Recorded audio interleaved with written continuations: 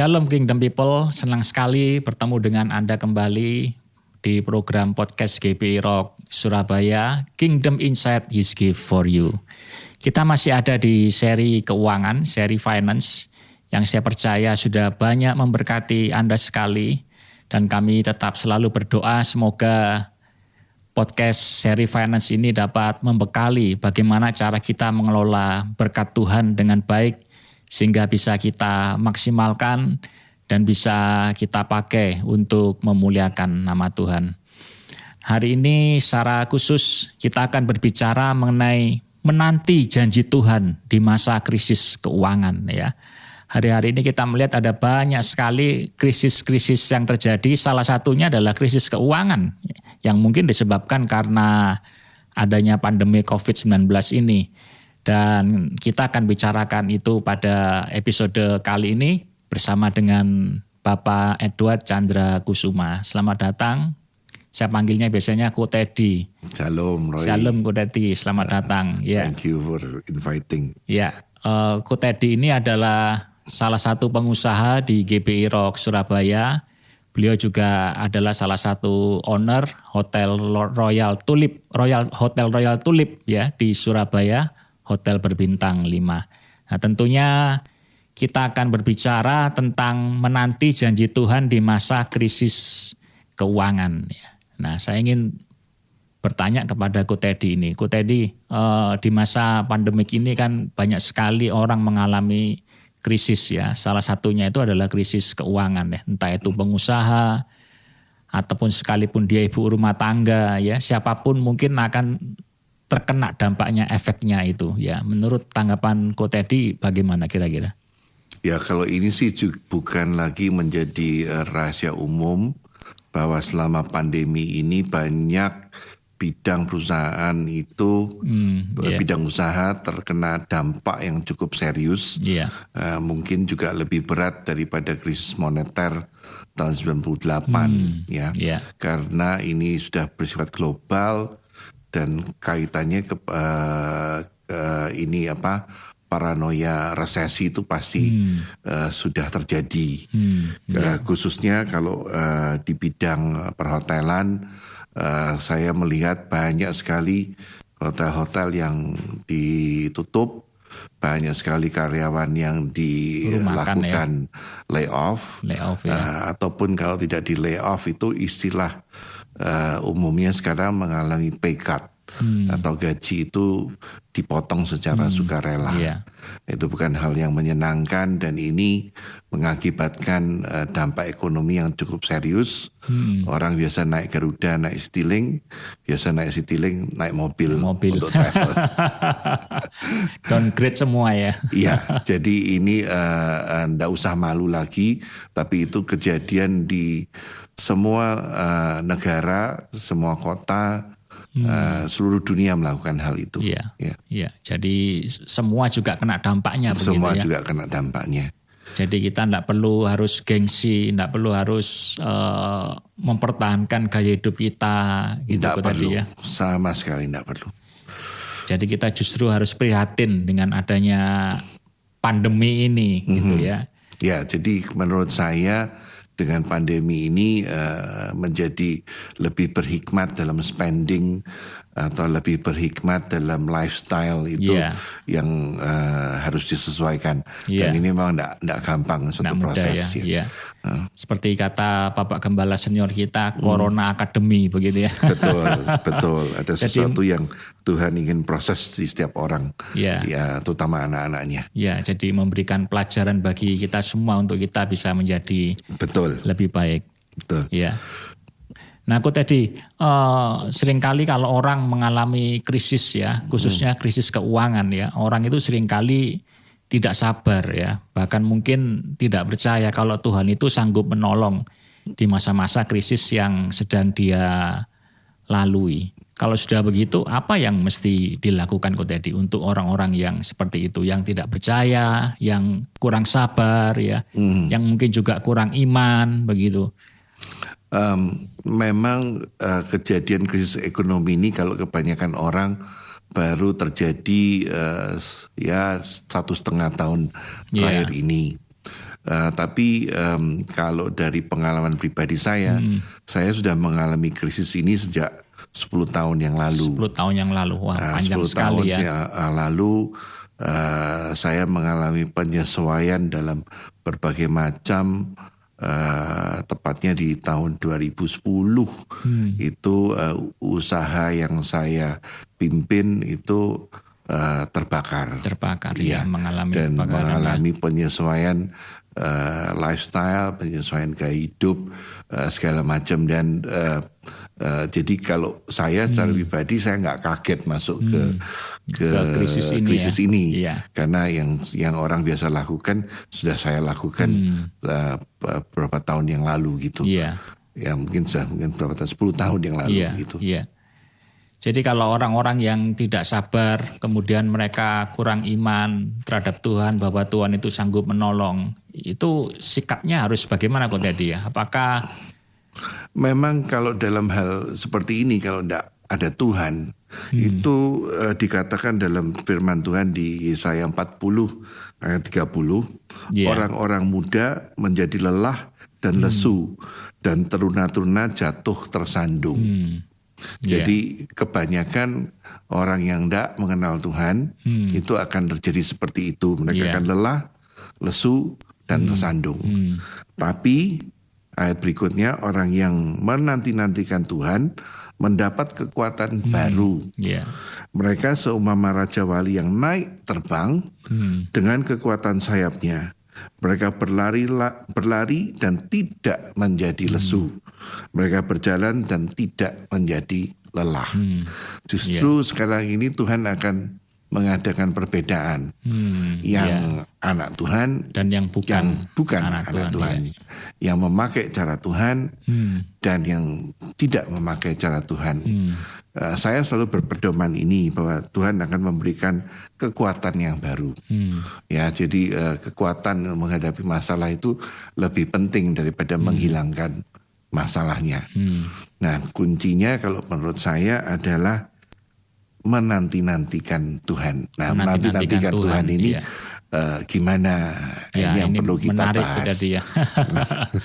Bagaimana kita bisa tetap berpengharapan kepada Tuhan ya, sekalipun kita ada di masa-masa krisis, khususnya masa-masa krisis keuangan ini, bagaimana kita bisa menanti-nantikan janji Tuhan untuk digenapi dalam hidup kita. Kalau dalam pengalaman pribadi, setiap orang menanti-nantikan Tuhan itu prosesnya berbeda.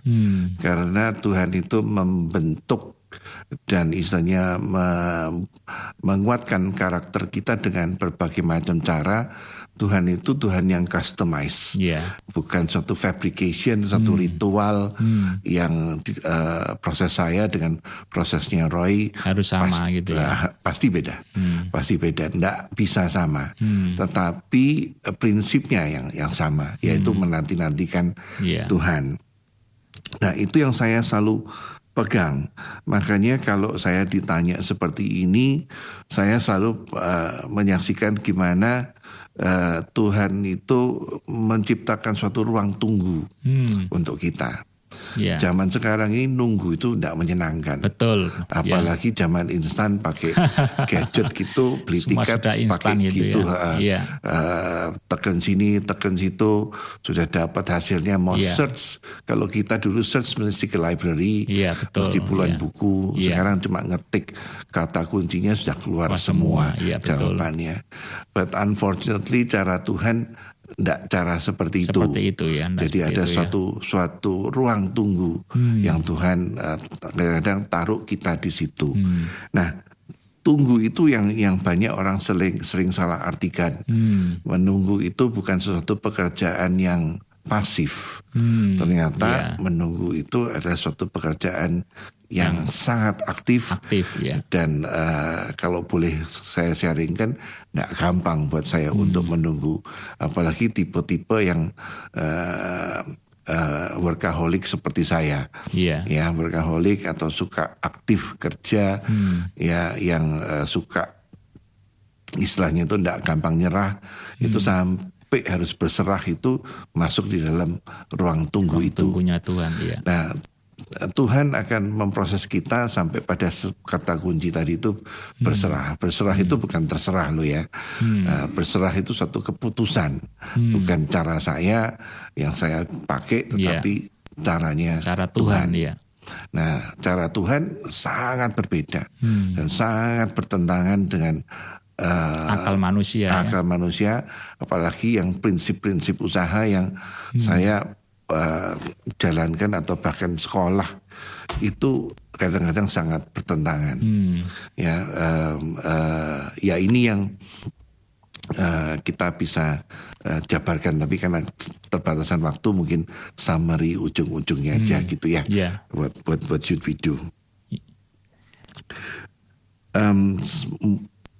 Saya teruskan atau? Ya boleh kok tadi diteruskan ya. Bagaimana kita ini bisa menunggu Tuhan gitu ya, dengan sabar, kemudian menunggu Tuhan dengan penuh iman begitu. Itu yang kadang-kadang orang mungkin nggak bisa lakukan gitu ya. Pengennya cepet-cepet ya. Apalagi kok tadi sempat sharingkan semua serba instan begitu ya. Kalau bisa Tuhan juga instan menuruti maunya kita gitu ya. Cepat-cepat kita ini ditolong dan seterusnya. Padahal kita ini masih ada di ruang tunggunya Tuhan itu tadi. Betul.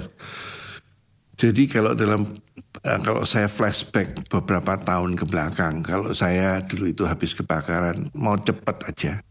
Saya cuma mungkin kembali membangun suatu building, suatu perusahaan yang ya 2 lantai. Iya.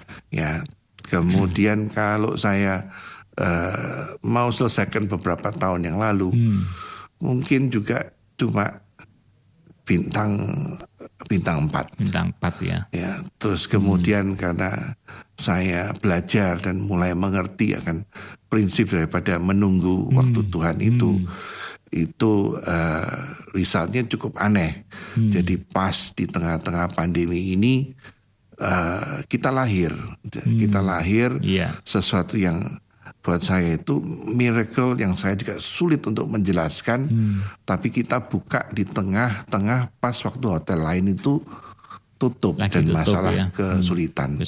Ya. Mereka lay off atau istilahnya memberhentikan para pekerja, memotong gaji pegawai. Kita justru enggak. Kita malah yang hire people. Kita melakukan prinsip Tuhan ya. Saya juga di coach sama gembala yang tiap bulan selama 10 tahun itu mampir ke proyek dan doakan.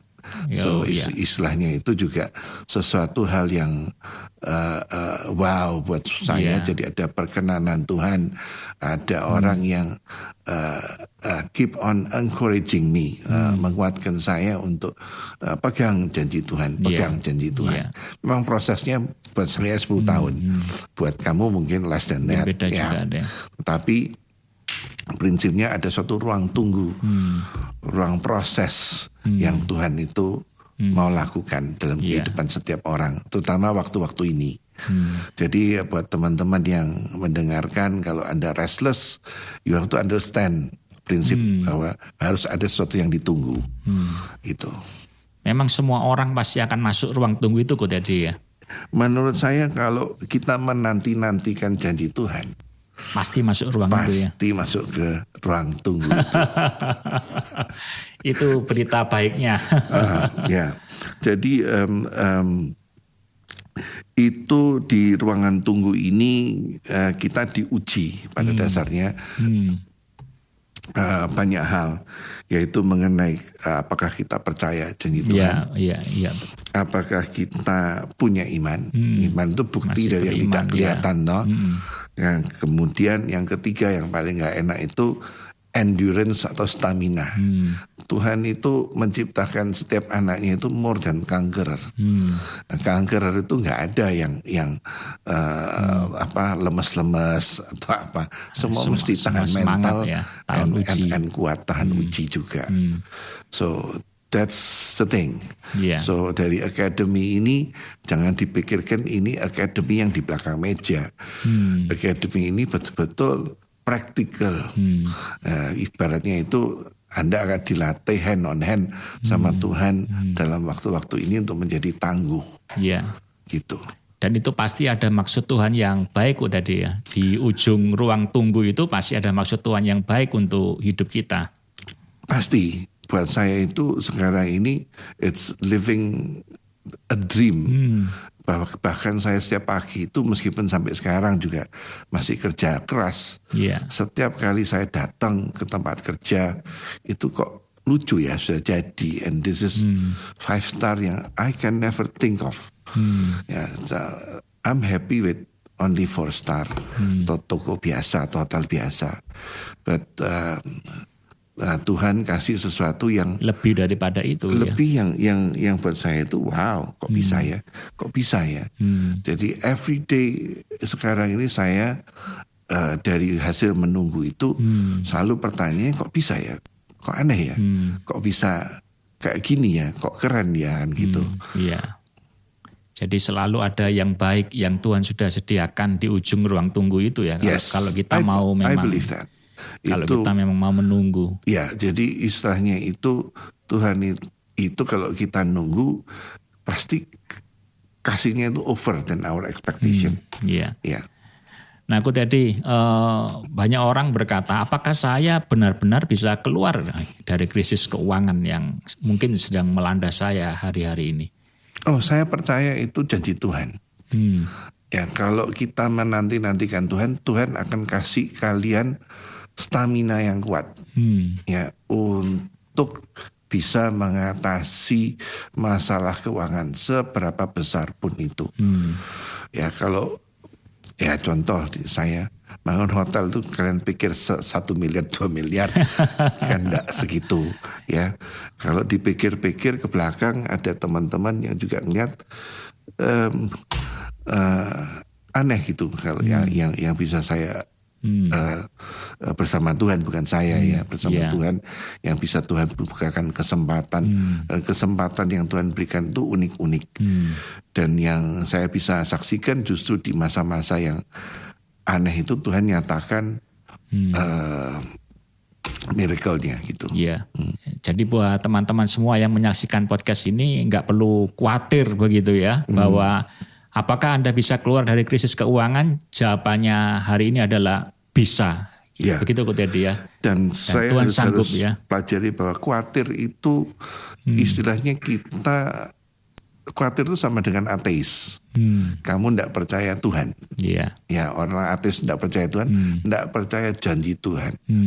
Jadi lawan daripada khawatir itu adalah iman, your faith. Dan iman itu timbul akan pendengaran akan firman Tuhan. Ya, jadi supaya ini termanifest dalam kehidupan setiap daripada kita dalam masa-masa tunggu itu, saya sarankan untuk kalian betul-betul ya megang janji Tuhan, mempelajari, menanti-nantikan ini kelihatannya mesti satu sesi sendiri. Ya, jadi tapi yang saya mau katakan bahwa kalau ada khawatir, something is wrong with you. Ya, apalagi kalau kalian sudah punya kesaksian masa lampau. Ya, lihat kesaksiannya itu, lihat bagaimana penyertaan Tuhan menolong kita di masa lalu gitu kok tadi ya. Betul. Ya, kalau kayak contohnya Roy sendiri kan punya kesaksian hidup kecelakaan. Jadi setiap kali ngadepi masalah, Roy tahu bahwa dulu Tuhan tolong, sekarang Tuhan pasti akan tolong juga. Gitu. Bagaimana kita bisa menanti janji Tuhan dengan penuh percaya bahwa Tuhan itu pasti akan menolong saya kok tadi? Ya, jadi kalau buat saya adalah pengertian yang rasional begini, bahwa ada sesuatu yang natural ya, natural untuk kita menuai janji Tuhan. Antara menanam dan menuai itu butuh waktu. Tidak ada saya tanam jagung sekarang besok saya nuai. Jadi pasti ada yang ditunggu. Kalau kamu sampai tidak ngerti itu kebacut. Ya, yang kedua yang kita perlu tahu ada peperangan rohani, pergumulan. Ya, pergumulan dengan khawatir tadi, stres, betul ya. Nggak bisa tidur, itu saya ngalamin semua. Bahkan mungkin depresi, tadi yang hari-hari ini kita alami banyak orang begitu ya. Itu mengalami depresi, kata psikolog, kata orang dunia, stres segala macam. Tapi kita anak-anak tahu, Tuhan tahu itu medan perang. Medan perang itu di pikiran ada kita, ya? Di pikiran kita. Ada dua anjing yang berkelahi. Ada anjing hitam, ada anjing putih. Kalau kita ngasih makan yang hitam menang, pikiran jelek, jalan terus, bangkrut, hancur, buyar, ya. Tapi kalau kita kasih janji Tuhan, firman Tuhan terus di pikiran kita, anjing putihnya yang menang. Oh, Tuhan pasti mengenapi janji, pasti jadi proyeknya, pasti akan jadi luar biasa, pasti akan jadi hebat. Kita more than conqueror. Dan itu pasti akan terjadi kok tadi ya. Kalau memang kita berpikir, bukan hanya sekedar berpikir positif ya, tapi berpikir sesuai dengan firman Tuhan, janji Tuhan, pasti akan terjadi itu ya. Firman Tuhan bukan pikiran positif. Firman Tuhan itu benih yang hidup. Yang kita tanam dan kita manifestasikan. Nah, kalau kita anak-anak Tuhan tidak mengerti ini, you better go to your pastor atau pembina rohanimu, belajar lagi. Karena ini betul-betul manual untuk menghadapi masa-masa ini, gitu. Ya, nah buat orang-orang yang masih khawatir, masih ragu, dan kemudian kadang-kadang seringkali masih diselingi oleh pikiran-pikiran yang negatif. Itu bagaimana kok dari tips dan triksnya untuk menghilangkan hal itu? Kalau saya, saya kan sekarang ini kan ada earphone, ya beli itu, habis itu dengerin lewat handphonemu. Setiap kali ada kekhawatiran, lawan itu pakai khotbah atau janji rohani, lagu rohani. Isi terus, karena iman itu timbul dari pendengaran. Jangan dibaca. Ya, firman Tuhan jelas, kamu mesti dengarkan, bahkan kamu baca Alkitab, lantunkan itu. Iya. Jadi itu yang menjadi tips dan trik untuk supaya imanmu kuat.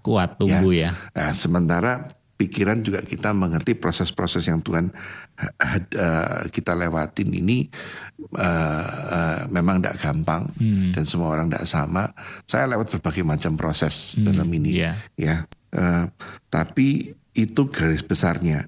Dan tips satu lagi adalah menunggu akan janji Tuhan, bahwa kamu akan dimenangkan kehidupanmu, dipulihkan keuangan segala macam. Itu adalah mempersiapkan diri. Kalau Tuhan sudah pulihkan, saya mau ngapain? Kadang-kadang Tuhan juga nunggu itu. Kalau kamu dipulihkan, kamu kembali ke your old habits or not, atau kamu jadi hamba Tuhan yang lebih setia, lebih giat, lebih hebat. Itu yang lebih penting kok tadi ya. Jadi menurut saya itu Tuhan sedang menantikan kita mau apa begitu ya. Ya, karena pada waktu saya menunggu, seringkali saya khawatir. Khawatir itu betul-betul tidak efektif.